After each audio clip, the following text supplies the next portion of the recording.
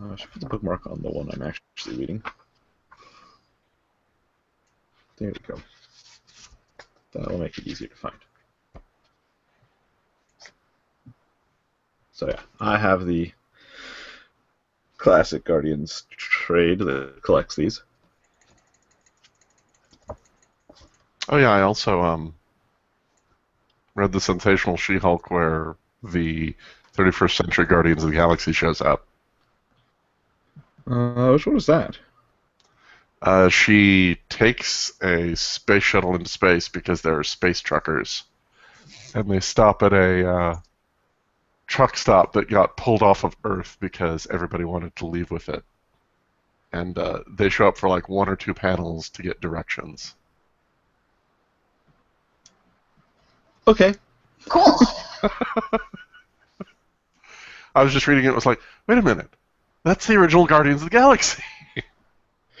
Oh, hey, you know what? My trade actually has that page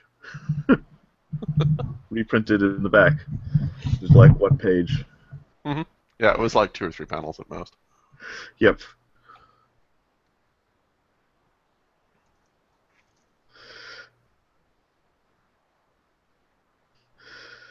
All right. So, should we get started then? Sure. I'm good. Welcome to episode 22. Right. That was not the way I do this. Welcome to Cosmic Tales, episode 22, a Guardians of the Galaxy podcast. I'm Jesse Butler, and I'm here with... Jeff Davis. And I'm Kit Paris. Today we are looking at Marvel 2-in-1, 61, 62, and 63. It's, well, we'll get into it. This has some connection to the classic Guardians, so I've got a little summary here. Let me find it. Here we go.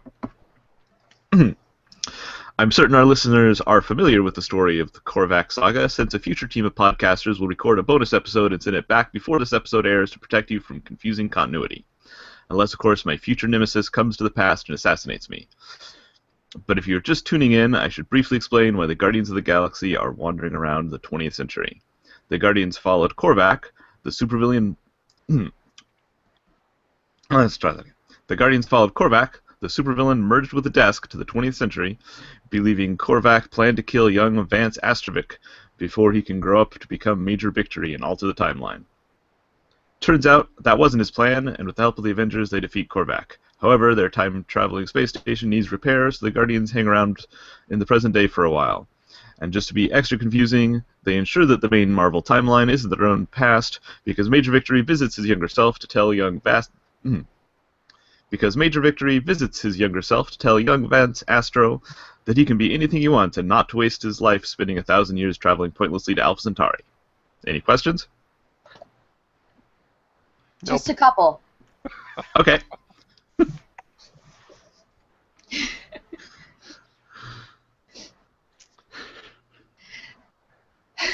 Did you actually have a couple of questions? Oh, no, it's going to take a really long time before I'm able to even form those thoughts. Okay, then. So yes, that is where we find our heroes. Did somebody want to summarize the first issue, or should I? Oh, yeah, I'll totally do it. Oh, okay. No, I'm kidding. So Oh. Yeah,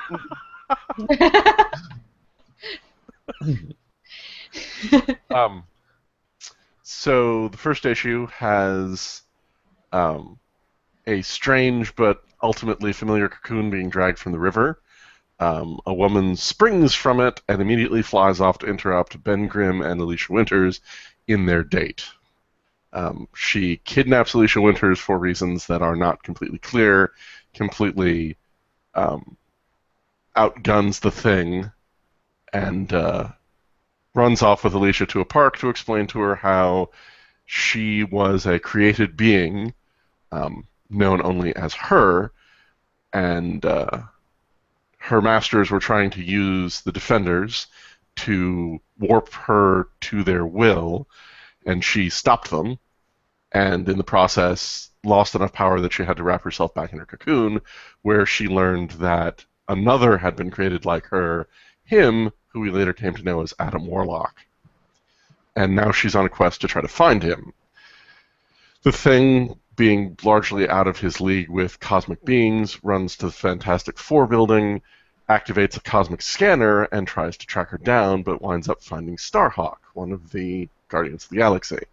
Starhawk offers to help find her and Alicia Winters, who are sitting in a park and are overseen by Moondragon, who has a strange habit of showing up for this kind of stuff.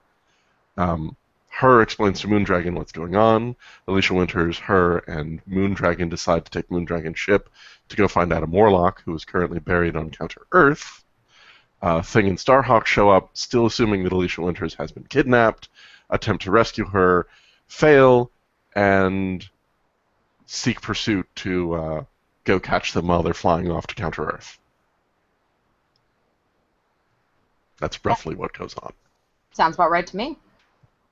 So we should mention this being Marvel 2-in-1. That was the team-up book where it's The Thing and someone.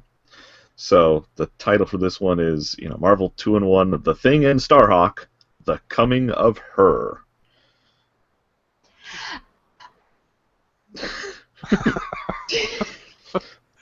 Also, I'll go ahead and do the credits here. We have beginning a cosmic trilogy by Mark Grunwald, writer, Jerry Bingham, penciler, Gene Day, inker, Joe Rosen, letterer, Ben Shawn, colorist, Jim Salicrup, editor, and Jim Shooter, editor-in-chief.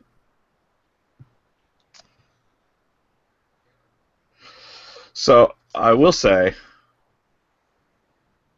Okay, so first off, I've got to say, Alicia Masters, the little insight into her apartment and all of her sculptures. As you remember, she is the blind sculptress that Thing has been dating for, 20 years now. On and off again.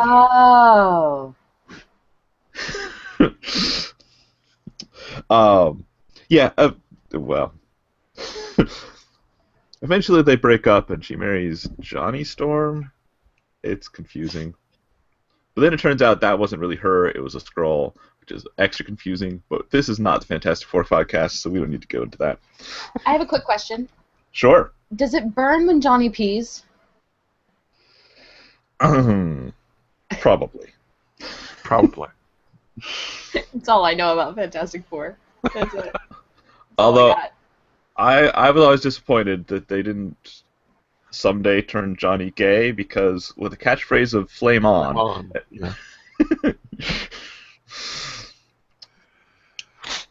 But anyway, I was going to say, for someone who's really, really blind, she's got some quite detailed sculptures of Namor and Doctor Doom and Mole Man and who else is in the background there?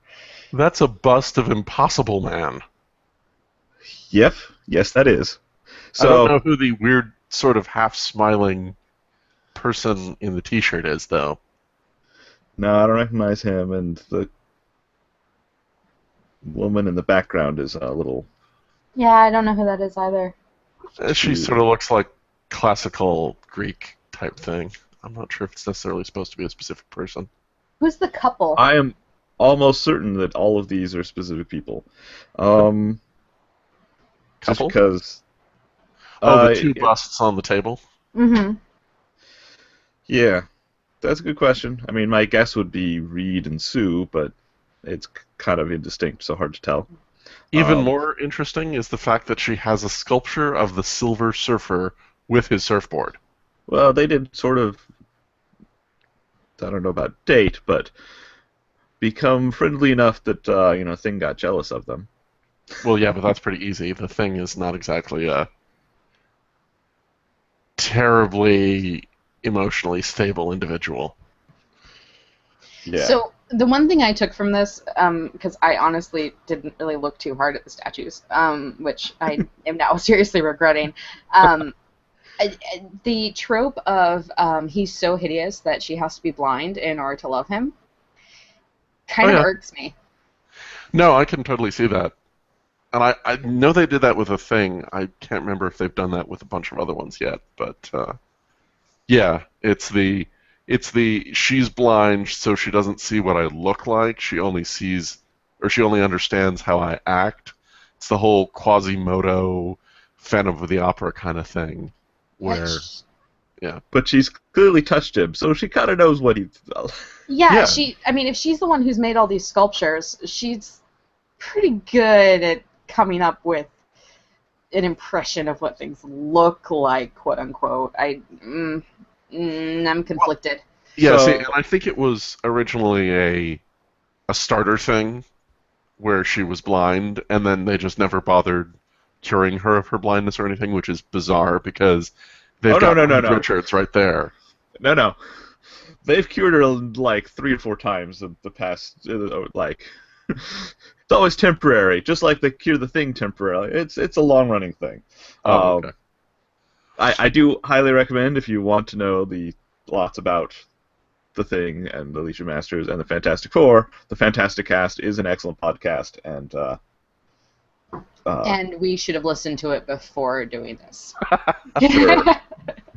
But so, I want to say it's always been my impression, which is probably just charitable reading, but that like Alicia is not like shallow, and if she got her sight, she would still like Ben Grimm.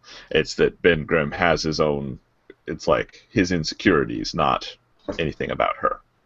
But so he only feels comfortable around her because she can't see him. it's more of that, yeah. That's even more fucked up. Well, this is comics, so everything's a little wonky all the time. I mean, we've got, in this particular issue, we've got her, who is clearly a cosmic being on par with, like, Warlock and Thanos and these kind of things, being pursued by Thing. Thing, who is pretty much a somewhat saner, more slang-using version of the Hulk. He's large, indestructible, and punches people, and that's about the extent. Oh, and he's a good pilot. Oh, and he gets thrown out walls. Well, yeah, but so does the Thing. Or so does Hulk. So, I was going to say, it felt to me this whole trilogy feels like the Thing is kind of superfluous, but, like, because the story is really Alicia Masters and her, we should remember the reason that her feels a connection to Alicia Masters is that Alicia Masters was there when him came out of the cocoon in the original Adam Warlock story, before he was Adam Warlock, because that was in a Fantastic Four book. I don't know why evil scientists decided to kidnap Alicia Masters to have her witness their master plan, but, you know. So for whatever reason... Go ahead, sorry. Well, so for whatever reason, there's a connection between Alicia Masters and Adam Warlock, even though they haven't actually been seen together since he came out of a cocoon. Yeah. How did a blind woman witness his birth? Was present for. Okay.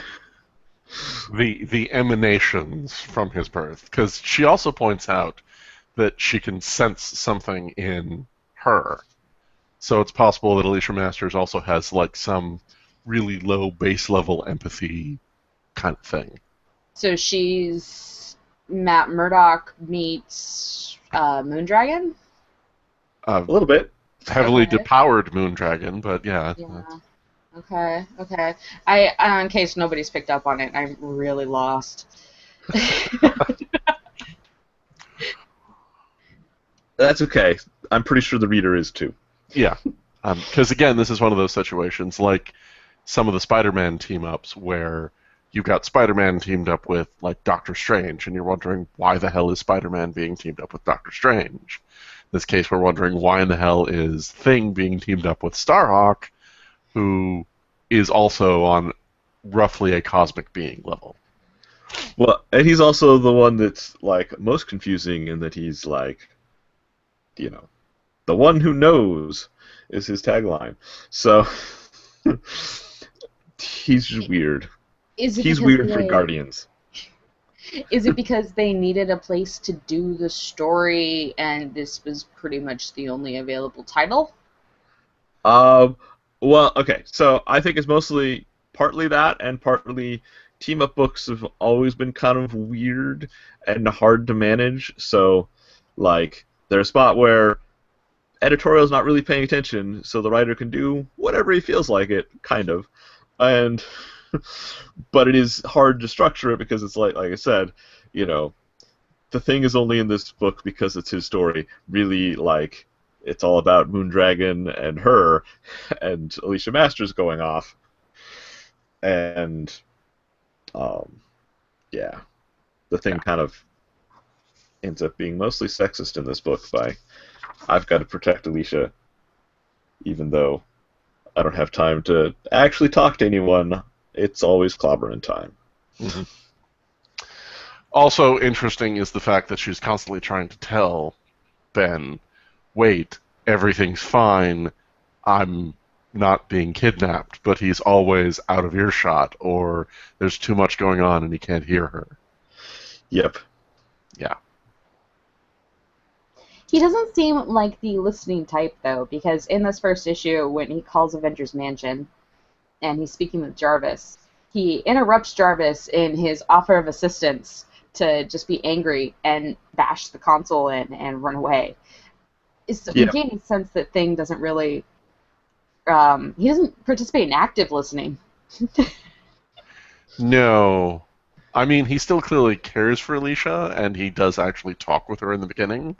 But yeah, he seems very impatient in a number of ways.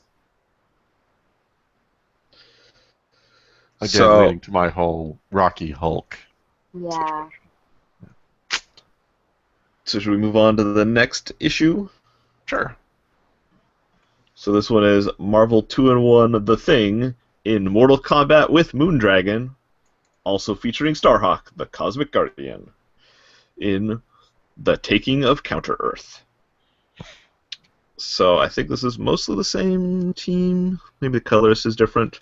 Mark Grunwald, writer, Jerry Bingham, penciler, Gene Day, inker, Joe Rosen, letterer, George Roussos, colorist, Jim Salicrup, editor, Jim Shooter, editor-in-chief.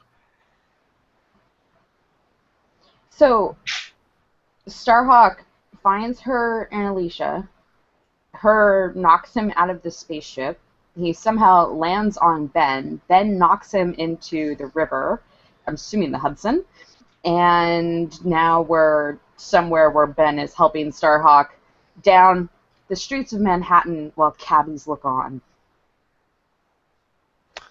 Yep. Okay. Just double checking. So, well, because the Thing can't fly, so he's got to take a taxi. Because it's New York, and he's not driving his own car. Okay. Why doesn't he take the train? The subway? New York. Yeah. He might get mugged. So I do want to point out this is 1980, and taxis in New York appear to be 90 cents for the first 1/7 mile and 10 cents for each additional quarter mile. That's pretty cheap.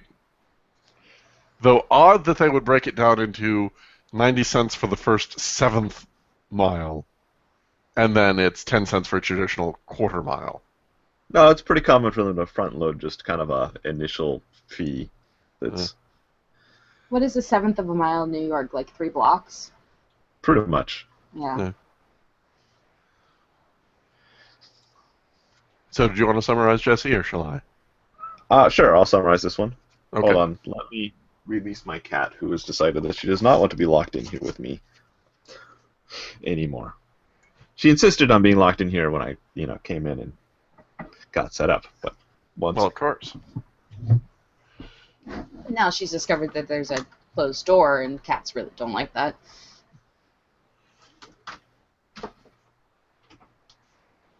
Ah, it's Jesse in his PJs.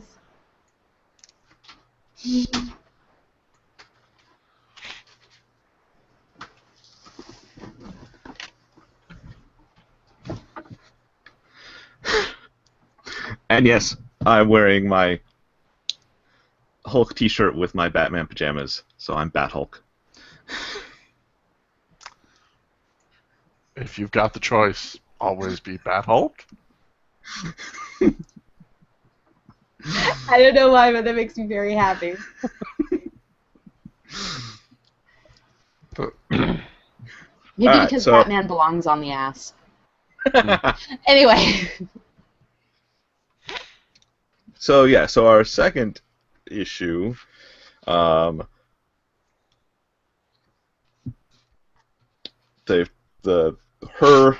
Masters, and Moondragon have taken Moondragon's ship to go look at Counter-Earth, or look for Counter-Earth, because that's where we buried Adam Warlock. Meanwhile, Thing and Starhawk go back to the Baxter Building, where there's a collection of spaceships there. Most of them built by Reed, but it also includes the Skrull spaceship captured way back in Fantastic Four #2. So luckily Starhawk knows how to fly one of those, so they take that one. Wait, Ben doesn't know how to fly it? That's a good question. I think they actually make Ben drive. Yeah, Starhawk says that there's a reason why they need the pre-Harkovian hyperdrive, and Ben says, well, there's no ship I can't fly. Yeah. So, in case they need to leave the solar system, they want an intergalactic ship. Yeah. Or interstellar. So, anyway, as we all know, Counter-Earth is normally on the other side of the sun, directly across from Earth. That's why we can't see it on telescopes. Don't ask. Anyway, so they get over there and they don't find Counter-Earth, but they do find the moon asteroid that is the High Evolutionary's base. So they break in, find it's abandoned. They find the High Evolutionary is lying motionless on the ground. He appears to be dead. Just then, the Starhawk and the Thing catch up with them, and they, of course, assume that they have murdered the High Evolutionary because, they've been jumping to conclusions for this entire storyline, so why not? So there's a nice battle. Starhawk versus her. Moondragon versus the Thing. Eventually, Alicia Masters gets her helmet off and yells at them to finally stop fighting so they can stop and talk to each other. And then between Moondragon and her, they manage to get High Evolutionary's spirit back into his body. And the High Evolutionary can explain that way back in, I guess, Warlock 14-ish, kind of between the pages and the Warlock stuff we covered, Adam Warlock came back, thought that the High Evolutionary had destroyed Counter-Earth when he hadn't, and killed High Evolutionary, and then flew off. I think this was trying to explain some sort of continuity point where, they definitely mentioned that the High Evolutionary was dead when Adam Warlock killed himself, but didn't really explain why. So anyway, now that the High Evolutionary is revived and we can recap all of that stuff, he discovers that now his world actually is missing, and they use his sensors to discover that he is traveling outside of the solar system by some mysterious power, so they're gonna take a ship and go after it. And that is issue 2. Well, issue 62, but the second one we're looking at today. So this one has a lot of weird stuff in it, really. Because first of all, we've got Moondragon being mega egotistical, which seems to be kind of her thing. Because you have her who's wielding the power cosmic and just, like rearranging molecules like it was nothing and blowing shit up, and Moondragon's all, well, I'm pretty cool too. Yeah. Yeah. There's a bit of a catty back and forth between them that goes on throughout most of the issue, and it's actually kind of enjoyable. When, go ahead. And then I was going to say she proceeds to attempt to use, instead of her vast, powerful psionic abilities, she attempts to use martial arts versus the Thing. Well, she doesn't really want to hurt the Thing. And she wants to show off that she's, not just a psychic. I see. So, Also, Though we do have this kind of embarrassing picture of the Thing basically spanking Moondragon. not basically. He is spanking Moondragon. Clearly, completely. He has taken her over his knee, hiked up her cape, and is spanking her, clearly.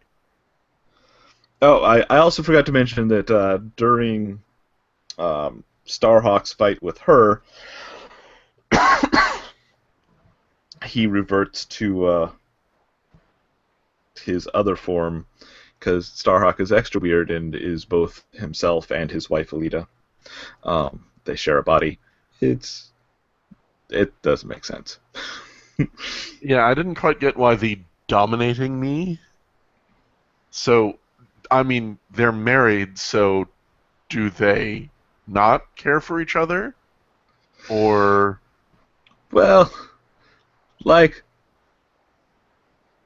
it's really messed up because, they share a body and Starhawk mostly is in control. So it's not a very particularly healthy relationship, I don't think. Okay. Because it's not like they get to interact with each other much. They, like literally, in the first time you see this in the classic Guardians, she, wanders into the room and, gives a message to Major Victory to tell Starhawk. Because it's weird. It's really weird.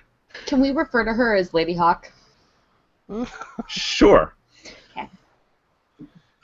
Okay. She also appears to be a lot more violent and aggressive than Starhawk. Well, he's the one who knows. She's the one who kicks butt. I don't know. It's Apparently, he has misguided pacifism. So, can she fly and do all his kind of stuff? I think so. Okay. In the scene where Thing is spanking Moondragon, in the background, she is flying. Yeah, that was why I was wondering. Yeah. I didn't know if she was, falling or if she was actually flying and wrestling with her. But, really, the spanking Moondragon panel just goes to show how wrong a character the Thing is for this entire story. Yeah, he's really just along because it's his book, and they can't just, have a Marvel 2-in-1 without the Thing, apparently. Yeah. I'm just really happy that Alicia's blind and doesn't have to watch this, because she would be very embarrassed for him. And yet She's she still embarrassed loves for him him a after lot. all of this. That's... Eventually they break up and she marries Johnny Storm. Okay. It burns when he pees. But she might have been a Skrull. Yeah. I have so many issues with everything that's happening right now. I'm not surprised. The main part of the story, her trying to seek Adam Warlock, not so bad, but everything else they felt needed to be attached to it, just really, yeah. Yeah. Yeah. And they, with Starhawk and Lady Hawk, they make several references. Her has some sort of monologue about how Starhawk has become a woman, even as I myself had once been a man. And they're doing, they're trying to tie in this theme of sexuality and gender, but they're just doing a really poor job of it. As comics are wont to do. Yeah. Yeah, well, comics have never been particularly good about trans issues, and definitely not in 1980. Although it is So, interesting to me that in 1980 they were talking about it. Well, they seem to be sort of. I mean, desperately trying to start on the crest of a lot of these things, but they do it so poorly. yeah, because you can't really call the two people trapped in one body the same as, like, or at least you shouldn't say that's a trans person, because that's not really the way that works at all. But I guess I could see how maybe someone who didn't understand it at all in the 70s when Starhawk was created might have thought they were, I don't know. I'm not going to try. I do. Oh, go ahead. I was going to say completely off topic, so if you want to continue on that thought. Wasn't there a big bad in Buffy who was a woman but occasionally was a man? Glory, the blonde. When Yes, the goddess thing. Right, when they were talking about Dawn being the key. Yeah. And all of that. That's kind of what this reminds me of a little bit. Because she did the same thing. She was one or the other, but she was never both, and they couldn't communicate. Well, yeah, it was because I think the guy was the actual mortal, and then she was the goddess demon thing, and so she had possessed him physically to exist on this plane. You paid more attention than I did. I watched Buffy moderately recently. Like 5 or 6 years ago. So I remember that much. I've seen it more recently, but I wasn't paying attention. So, I will say, I really like this panel that's got Alicia kind of like, not quite hugging Ben, but with her arms around his neck. It just has a nice look to their relationship of, like, where he actually looks kind of almost softer in this panel than... Well, and see, and this is the other side of what we were talking about earlier, because you've got the blind woman not having to pay attention to the appearances, but then she also winds up being the empathic side to the otherwise vicious monster. It's the Beauty and the Beast situation as well, which also gets pretty chintzy. Agreed. I also love that she, wore her earrings into space. Yeah. Well, she got picked up by her almost immediately, so she didn't have time to change. And the only reason she's in a spacesuit is because her changed the molecules of her garments into a spacesuit. So. But left the earrings. Well, that's important. Well, I suppose that's true. She could change those into something. But in that same panel, the shading in the background forms a heart too, which I agree. It adds this extra tender softness moment to what we've seen so far of this really brutal monster of the thing, and this kind of, I mean, she's almost, like, right before that, Alicia has this moment of forcefulness where she's got this panel with the red, and she's yelling, and she's very powerful, and then they both are instantly softer and more intimate. And I thought it was a good way of paralleling that. Yeah, I really like Alicia. She's a great character. Not utilized well all the time, but she's great. But my off-topic thing, I dearly enjoyed the High Evolutionary in the second to last page. They're like, Counter-Earth's gone, and his response is, gone? Oh no, not you too! Why does everyone try to tell me? And then finally realizes his planet is actually gone. This is a man who created an entire planet and populated it with people and claims himself to be a man-god, and yet he can't even tell where his planet's gone. At least initially. Yeah. He has to see it for himself.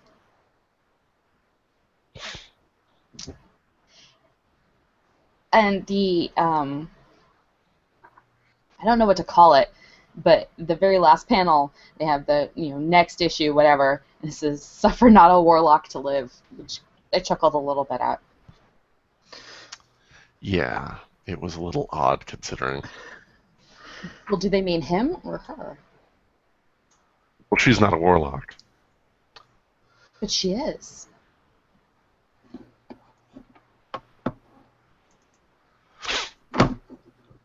But she doesn't have mastery over the elements and all of that.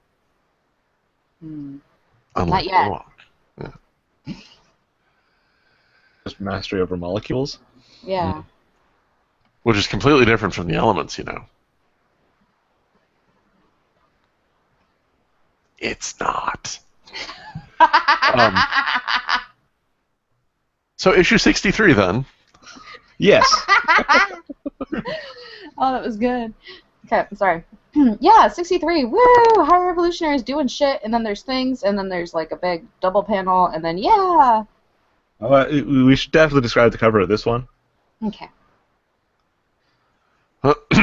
Where we've got Thing looking incredibly surprised, Moondragon looking shocked at the Thing, Starhawk looking shocked at the Thing, without his giant cape ear boot connector things, much less. And Adam Warlock's hand reaching up out of the ground like he's some sort of cosmic zombie. It's very Night of the Living Dead. It is, very much so. I like it. And the matchup for this one is the Thing and Warlock? Question mark. And they actually put Warlock's head in the little insert panel. I dig it. Ooh, this only costs 40 cents? Gee. For cheap back then, in 1980. Cheaper than 1/7 of a mile of a cab ride. Yeah, see? That's why everybody could afford them.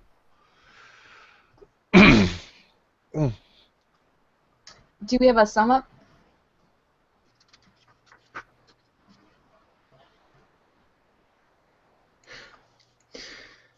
You want to, or should I?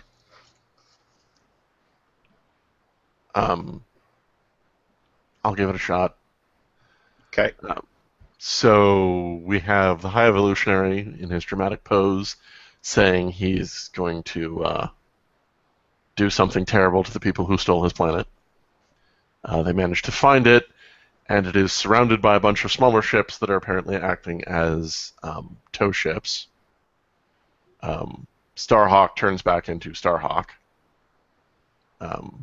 And they determine that one of the ships is the command ship, and so they teleport Starhawk, her, and Moondragon over there because the Thing does not want Alicia to be harmed, and so insists that she stays with him on the High Evolutionary's ship.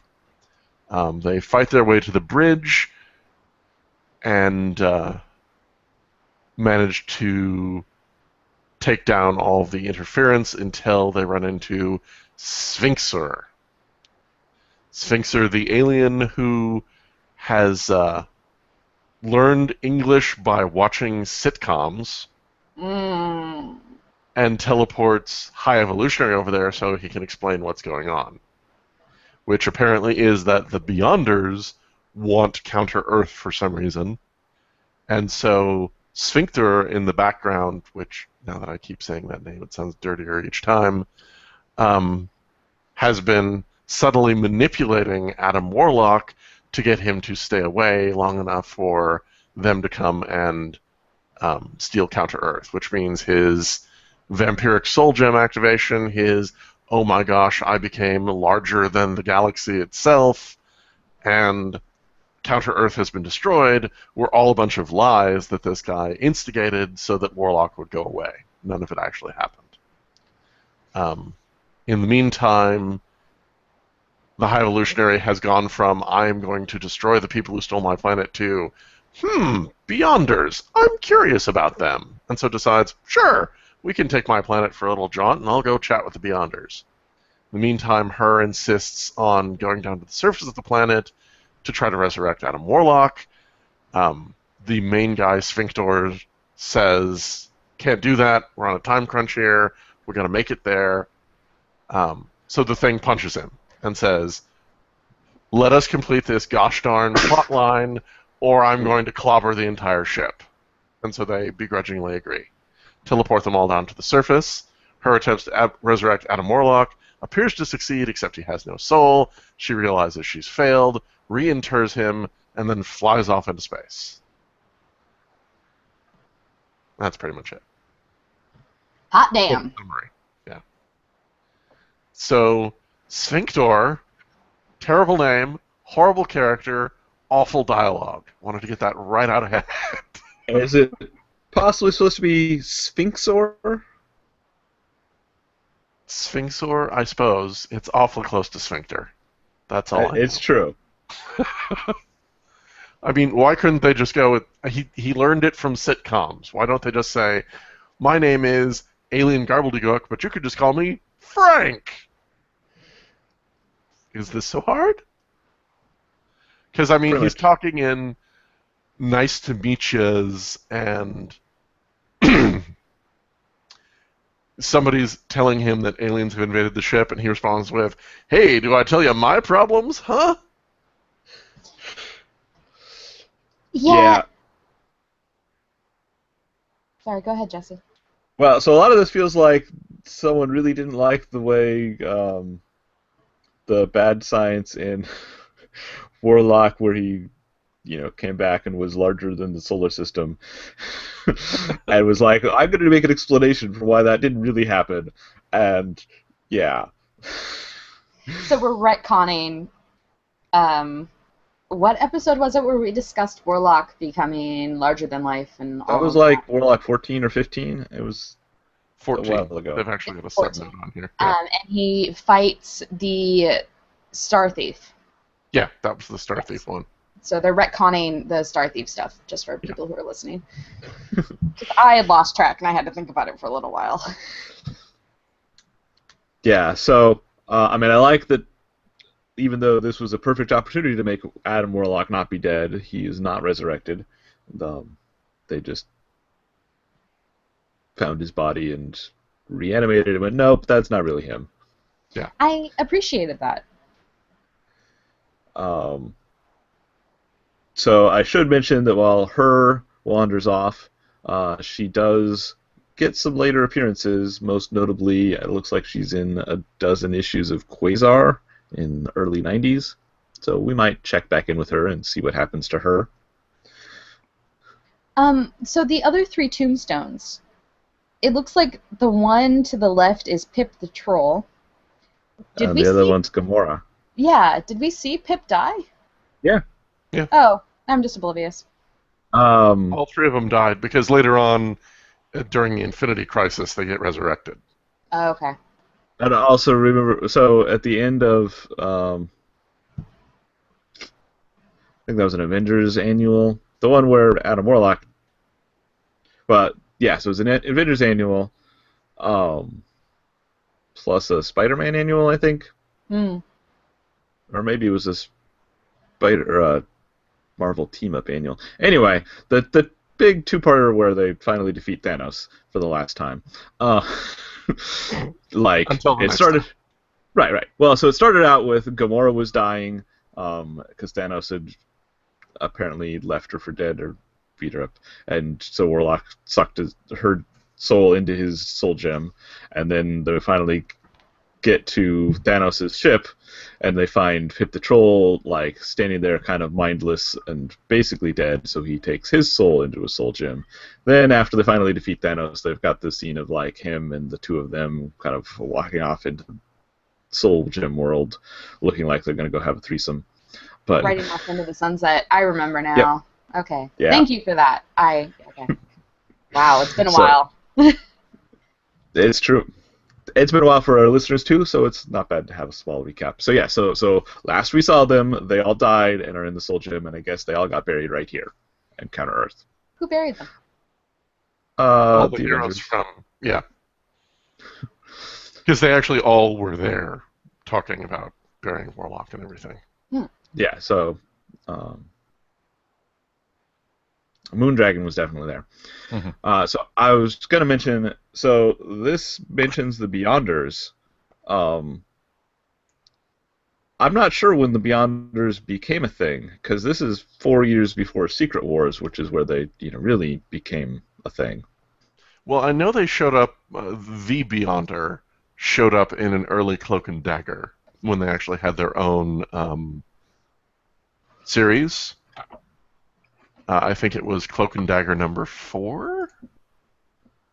Yeah, but when was that? Because that sounds like mid-'80s.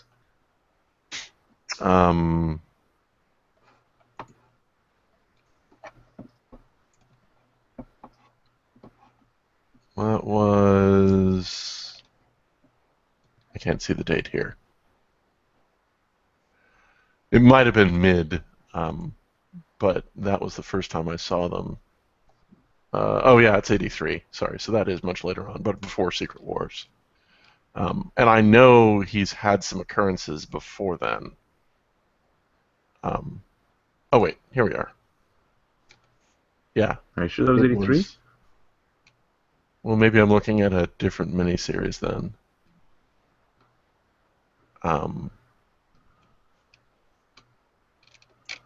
Because I finally found the cover for it, but I'm not getting a good picture of it, so I can't see what the date is. Because my Beyonder chronological listing at Comic Book DB shows his first appearance in 1984 in Marvel Superheroes Secret Wars #1. But Cloak. That's not it. Yeah, Cloak and Dagger #4 is from 1986. Oh, 86? Yeah. Huh. Okay. I thought it was earlier than that. It's all kind of fuzzy, 80s, you know. Yeah. I will say, apparently, Beyonder 1986. is in about a 7-issue run in Guardians of the Galaxy, the 1990 series.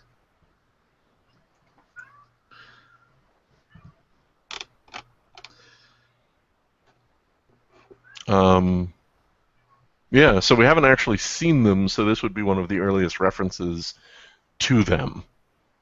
Yeah, I was surprised. I'm like, wait, did Secret Wars happen yet? But no, yeah, this 2-in-1 is the 80s, so. This is 1980, so it's really early 80s. Mm-hmm. But I mean, we've had early references to stuff that didn't really come about until later on as well. Yeah, in fact, according to this Marvel Wikia article, the first appearance of the Beyonders is Marvel 2-in-1 '63.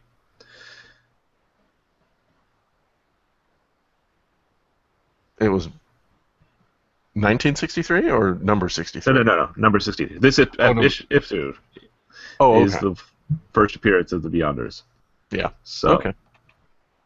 That is interesting. Mm-hmm. Aw, someone's kitty is lonely. You were just in here, kitty. I know, but you closed the door again. That's not right. Doors can't be closed. Don't look at me like that, Hoban. I am not mocking you. I'm mocking somebody else. Who just acts just like you. Yeah. So, anyway, go ahead. I was going to say... Jesse, please go first. I was going to ask if anyone had some other thoughts, to wrap this up. Yes. So I was going to say that in the final panels of this issue number 63, we have her realizing that him is not him without his soul, and she's, weeping. And Ben basically says there are other fish in the sea, which I don't know a lot about the Thing, except for what we've read of his 2-in-1s, and that didn't surprise me at all that was his reaction.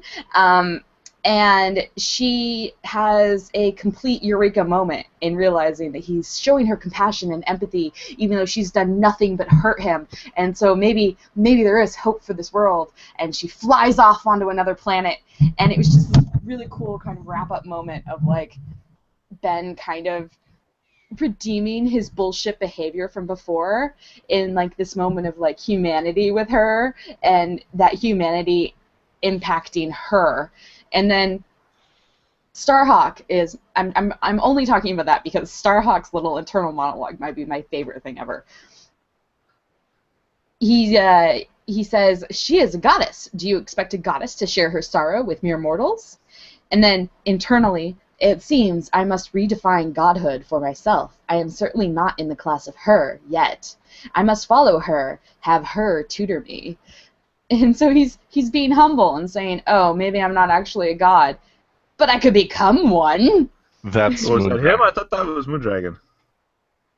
Oh, Yeah, that's totally Moondragon.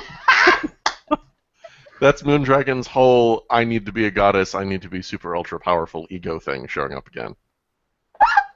It's still the same. Yeah. It makes Starhawk less likable, but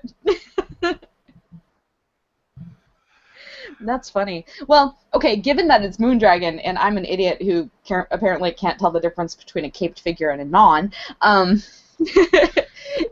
when Moondragon earlier had those moments of cattiness with her, it's kind of like this moment for Moondragon where she's saying, "Hey, I have some things I could learn. I don't totally need to be a bitch because she could be helpful to me in some way, so maybe I won't feel so threatened by her, and I'll see her as a tutor instead." I don't know, I'm making shit up at this point. That's okay. So were the people who are writing this comic book. Yeah. Yeah, and then of course you've got the I mean, nicely framed, don't get me wrong, but the Thing and Alicia, which, why is Alicia wearing the helmet again? She's on Counter-Earth, which has an atmosphere. I think they explained that the atmosphere, they still have most of Counter-Earth in stasis, so it's not quite, I don't know. Well, yeah, but if the atmosphere isn't moving, they wouldn't be able to move, because the air would not... I'm sorry, I'm getting sciencey in a comic book, and that's just wrong. But yeah, we've got the Thing... draw her to helmet again. Yeah. We've got the Thing and Alicia there with, the things like, okay, everything's done, Link can go home, and then Alicia has her own little monologue about the nature of love, and perhaps there's no perfect love, and even people who are completely different might have a better chance at happiness than people who are made for each other, and on and on. Aww. Oh. It's the perfect little happy bow on the complete and utter crazy train wreck that was this entire story. Yeah. Yeah. I mean, and it's not to diss the story itself, because the whole her tracking down Warlock, trying to find the exact counterpart, the destiny that she was meant to have, good story. But you tacked on the Thing, and for some reason, Starhawk, just 'cause. Because it's a team-up book, and so they had to have some kind of team-up. Yeah. Yeah. So, at the end of issue 62, Alicia does not have a helmet on. And then at the beginning of 63, she does. And they don't explain it. Are they still on the High Evolutionary ship? Yeah.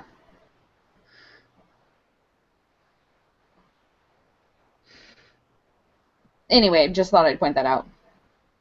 She must have put it back on after she talked to people.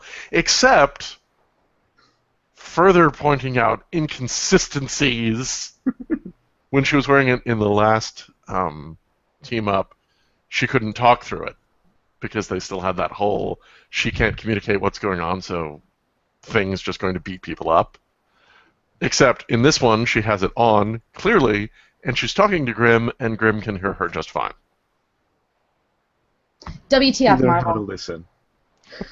Aww. It's these kind of continuity errors that make Marvel Comics unreadable. Really? No. That's what makes Marvel Comics unreadable. Yeah, well, like I said, the team-up books have always been kind of hit or miss, and, because they're, A, really hard to fit into actual continuity with, like, if you're reading the Fantastic Four and Marvel 2-in-1, it's like, man, when does the Thing have time to go off and have all these adventures with other people? But yeah, they always seem to be kind of a little bit forced to be like, here, we're going to have this team up, and then we got to get rid of you by the end of the issue, so, Yeah, we got to wrap all this up so you can get back home so you can actually get on with your actual series. Yeah. Nice little bow. Mm.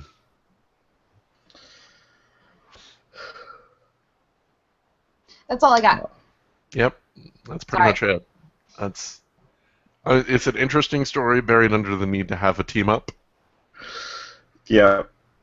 Um, yeah, and like I said, the Guardians' adventures in the 20th century are almost pointless because they come back to protect young Vance Astro, and then technically just after this, in another Marvel 2-in-1, um, Major Victory goes and basically tells Vance Astro his potential future and unlocks young Vance Astro's latent psychic powers and says, "Don't go off into space and become me. Do your own thing," which definitely means that the timelines are now completely split. And So I know I mentioned this the last episode that we talked about this, but it really angers me that the main storyline for Captain Victory, Major Victory, coming back and meeting Star-Lord and the Guardians as we know them now is for him to shame them about messing with the goddamn timeline. And all they do is mess with the frickin' timeline. Well, yeah, but let's be fair. Everybody messes with the timeline. That's true. I mean, if there was a temporal prime directive in Marvel's universe, so many people would have broken it. they put She-Hulk on trial for it. For breaking the timeline? Yeah. Yes. Because, you know. It, Was that during the sensational burn run, or? no, that's in the like 2005 She-Hulk run. Maybe it's 2004. Oh. It's actually pretty good because, like, basically the punishment is they have a retroactive canon, which will erase you from continuity. And then, of course, some villain breaks in and, like, gets on the cannon and starts blasting away, and they're like, "Oh no!" You know, they got, Captain such and such, and they, like, completely make up a title for some character who never existed in Marvel continuity. Just to show the effectiveness of the weapon. Yeah, it's pretty good. It's also when Hawkeye was dead, but they, like, the jury for the time travel court is people from the past, so they won't be affected by things, and one of the people they accidentally pull is Clint Barton. So, during her trial for messing with continuity and timelines, she slips a note to Clint Barton to warn him of impending death. Because she's already in trouble, so... What's the worst that could happen? Exactly. Yeah, no, the 2004 to 2006 run of She-Hulk is amazing and should be read. It is quite I'll look good. it up then. I've actually been reading early 2000s of Captain Marvel when they had Genus Vel. Okay. And that's been kind of interesting because they bound Genus Vel to Rick Jones again. So. Right, because that didn't get old. Yeah, because apparently because Rick Jones is not the gad-about town teenager he was back in original Captain Marvel days, so it makes even less sense. Particularly since he is, actually in this case, he becomes Captain Marvel's advisor, pretty much, because he's had so much experience working with Genus Vel's father and supervillains and all this kind of stuff, and knows Earth culture well enough to help Captain Marvel integrate. So he's effectively Captain Marvel's liaison and advisor and everything. He points out some of the strange quirks of the Marvel universe, like the fact that he's beating up a good guy because of a misunderstanding, and Rick Jones is like, "Yeah, just stop fighting him, and then the two of you will eventually calm down enough that you'll be able to talk through it and completely work out the misunderstanding." And Genus is like, "No, there's no way that'll work." And then he does it, and it works perfectly. Yeah. I'm going to have to give that a read. It's an interesting run. I didn't particularly care for his 90s iteration, where he was pretty much he was pretty much trying to be Star Fox. In the sense that he was just, getting drunk, sleeping around with everybody, generally being what amounts to a teenager all over the place. But in the 2000 run, it's actually kind of interesting.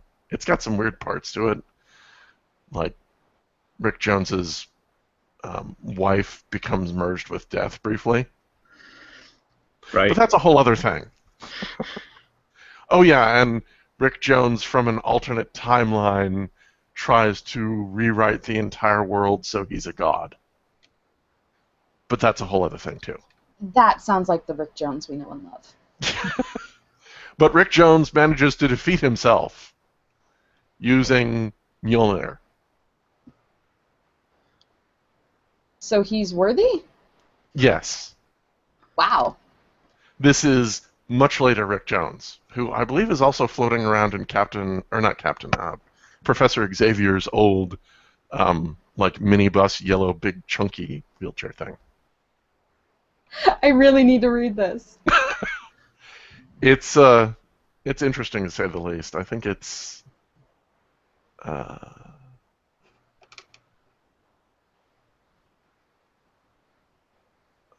can't remember which one it is. It's okay. I'll find It's out. midway through the run. Yeah.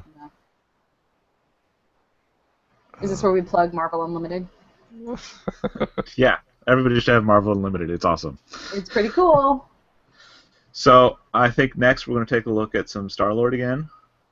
Sweet. Are we going to look at asshole Star-Lord or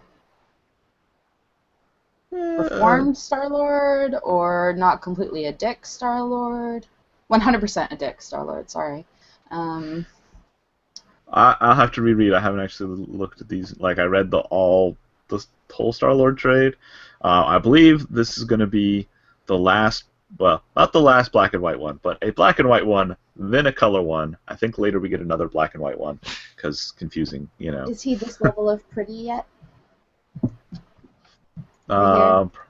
Pretty. This right here. I don't think he ever gets that level of pretty in the comics. I don't know. Aw, that makes me sad. I mean, I guess maybe. But, yeah. Star-Lord. It will be a thing. I think this is the one where we find out about his powers. Not just the element gun. No, about the element gun. Okay. This is where the element gun gets its elements. Oh, cool. Okay. Not as cool as you might think. But we'll get to that. All right. So, yeah, we'll I can probably Sounds stop great. recording now. Yeah, sounds good. Thanks, everyone. Thanks for listening. We'll cut a bunch of that out. Bye.